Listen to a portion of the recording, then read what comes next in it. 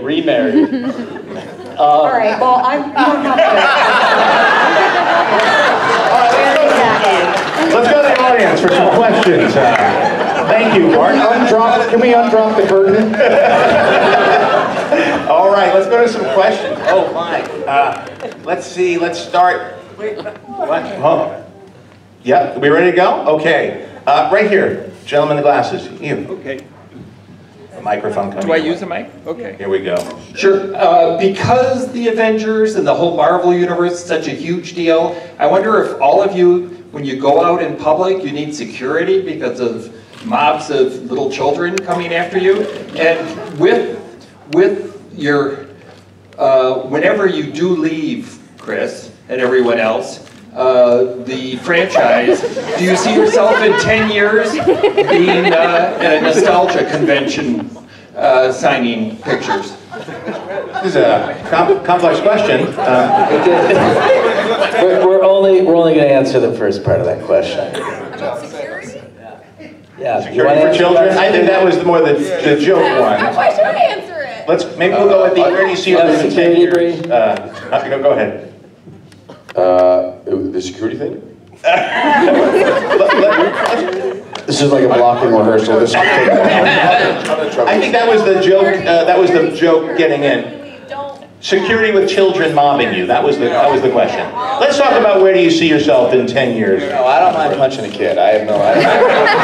Next question. Thank you. Right here, sir. We have a microphone here. There's the headline. Hi. For the Russos, you guys have shown amazing restraint in what you haven't revealed about this film so far. How did not having sort of feedback to trailers and major set pieces, how did that affect you putting the film together and putting its final touches on without sort of having that audience feedback coming from trailers that show more of the film?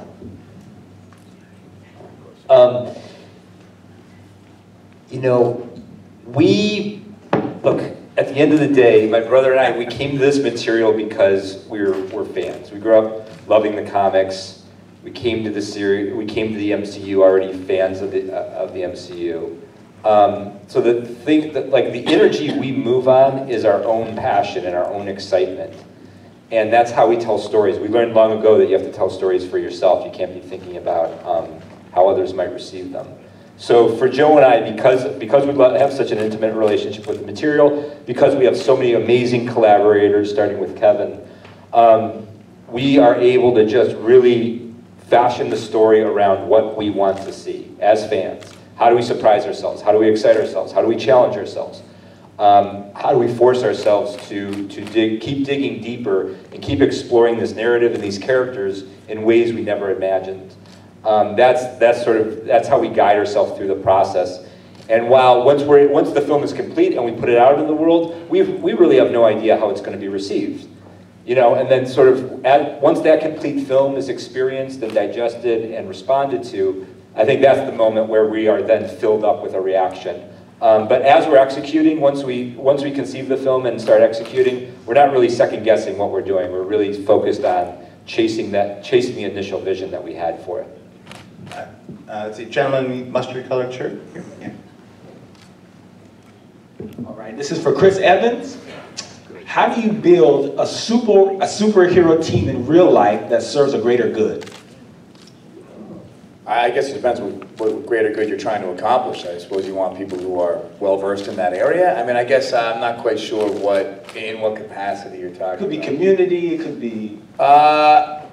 Well, I suppose you try and, galvanize like-minded thinkers and, have a common goal. I mean, these are real platitudes. I don't know if this... You've been spending a bunch of time in Washington lately, Evans, and I think it suits you well.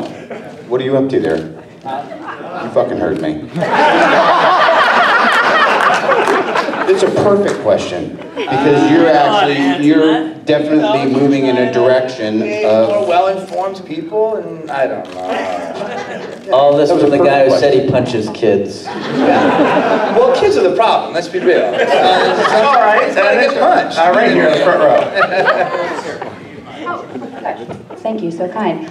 I would love to take a second, just with a quick show of hands, to ask the official sources to end an online debate regarding Chris Evans. I would love to know your opinion at the end. But just by a show of hands, who prefers bearded Cap over clean-shaven Cap? I prefer bearded Cap. So let's see it first for. I missed Sam. Let's see it first for hands for the bearded Cap. Okay, 1, 2, 3, 4, 5, 6, 7, 8. And clean-shaven Cap. What? It's a pretty bad. John, I'm going with neither. I like Chris Evans. I like Chris Evans with a beard with prosthesis over it. When Joss Whedon asked him to come do the tag for the first Avengers. Can you explain? Can you give a little? Go back and watch that tag. He had a beard. Yeah, he had a beard. He couldn't shave. So this is the shawarma scene, right? That's right. Go back and look at it. It looks like he has bells. Are we talking about the shawarma scene? I mean, truly, I was in the middle of shooting Snowpiercer and I couldn't shave the beard, and they were like, "Oh, it's okay. We'll do prosthetics." I was like, Chris walks onto set with his face extended. He goes, I don't think it's going to work, Josh. A billion these things. Like, it's just. What was that, Snowpiercer? Was it worth it, buddy? Yeah, Snowpiercer's great. Good series. Yeah. Love it, Snowpiercer. Yeah, I love that movie. But yeah, I just thought, why not? I mean, we're making Ruffalo green. We can't just lose this. But we spent some hours in the chair and put prosthetics on it. It was the early days. Ridiculous. Avengers 1. So we had to do the scene with me doing that. Okay. Anyone else? Let's see. The glasses, gentlemen, glasses. Right, you, the one you got. Okay, that's it. Absolute honor to be across from all of you. Obviously, with the end of Infinity War and the Thanos snap, is a very emotional thing for a lot of audience members to experience that. And Robert, I've been wanting to ask you this since I saw that film, and specifically just staying with Infinity War, shooting that moment with Spider-Man, having him turn to dust, and the actual acting and the emotion of that moment, just what it was like to shoot that scene specifically on that day. And for each of you, do you have a particular person who turned to dust that was the most emotional for you to watch as an actor? But Robert, for you first. Thank you for your time. Thank you. Was that Titan Continuous? I think we were on a set for what seemed like 4 years, so that was Titan Continuous. I just love the lighting in that scene. I look so shredded. Emotionally shredded? I was more shredded than a julienne salad, man. No, I make a lot of faces. I need some help in the editing, and it was one of those moments of, this is the most serious thing that's happened since you were 9. Now, don't F this up. And I remember the brothers were there. I think we restaged it once or twice. Anyway. It was crazy to shoot it, but it was just another day, and then we were at lunch and doing stuff, you know, 'cause it's a movie. But then I think seeing it, and I happened to see it with this amazing kid, the Scottish kid who couldn't go to a theater, so I saw it with him, and his reaction really, like, effed me up. So I think what a lot of us are looking forward to is, like Kevin always says, it's that surprise and delight experience with Endgame, but it's one of those things where you go like, wow, I think we just made a pretty serious choice here. And, but I think audiences like that. I think audiences are so smart and now they require to not be fed the same drivel as even 20 minutes ago. It's like we need novelty. And I think that what the Russos and Kevin have been able to do is provide that in spades. Thank you. Let's see. You're picking somebody? You got somebody that you want to give the mic to? Hi there. Hi, Paul. This is for the Russos. If you have to define this movie with one single word, what the word would be? One word, guys. You want to? Do you have one? Do you want to put a conference before you come on? Long out of my mind now. So Which one? That doesn't sound right. I would. You want us to come back to you after the next question? Yeah, we'll work on it. Always go with your first choice. Joe and I are going to sidebar on this. Okay, do a sidebar. We'll come back to you though. Yeah, but let's say powerful, and then we're done with the question. Sir, you? Yeah, you're the one looking over your shoulder. Yeah. Sorry. This young gentleman. Hi, this question's for Chris Evans. So in the past few films like Civil War and Infinity War, now Endgame, you see your character being able to interact with different characters. And because you're Captain America, you always have this tendency to be a leader and be a captain. How does that change or maintain continuity as you meet other characters like Captain Marvel or Black Panther, who are both leaders in their own way?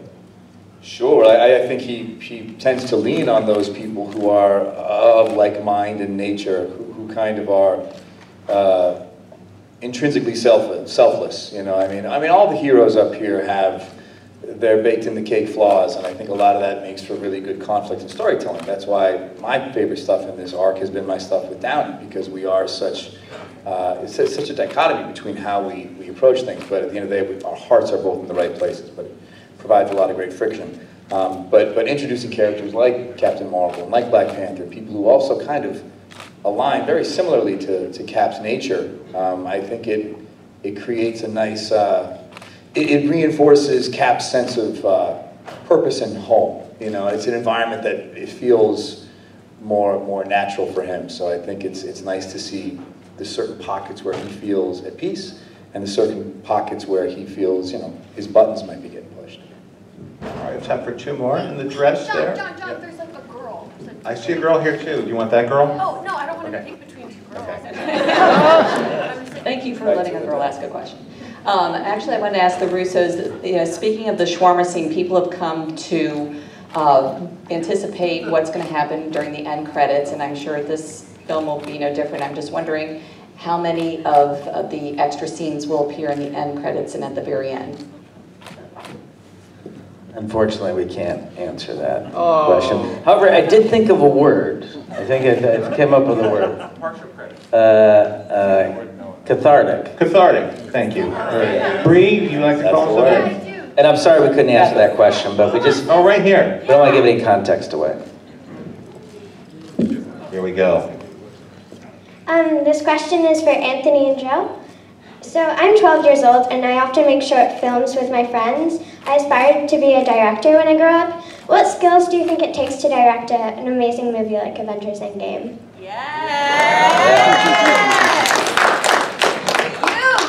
That's a great question. First of all, congratulations, because you've started making films more than 10 years before we did.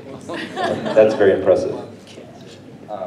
I think, you know what, we love your initiative, and I think that's really, when anybody asks us about getting started, it's doing what you're doing. It's picking up a camera and it's shooting. You have iPhones now, you can, you know, Steven Soderbergh just shot an entire movie on an iPhone, and you have free distribution on YouTube, and you can put things out there. We, you know, discovered Donald Glover for Community on YouTube, so there's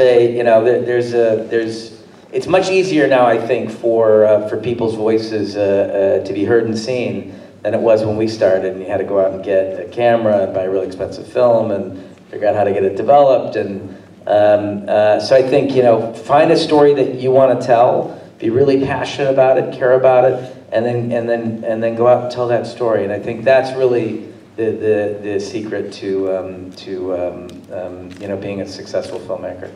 Please join me in thanking the cast and filmmakers of Avengers Endgame. Thank you, John.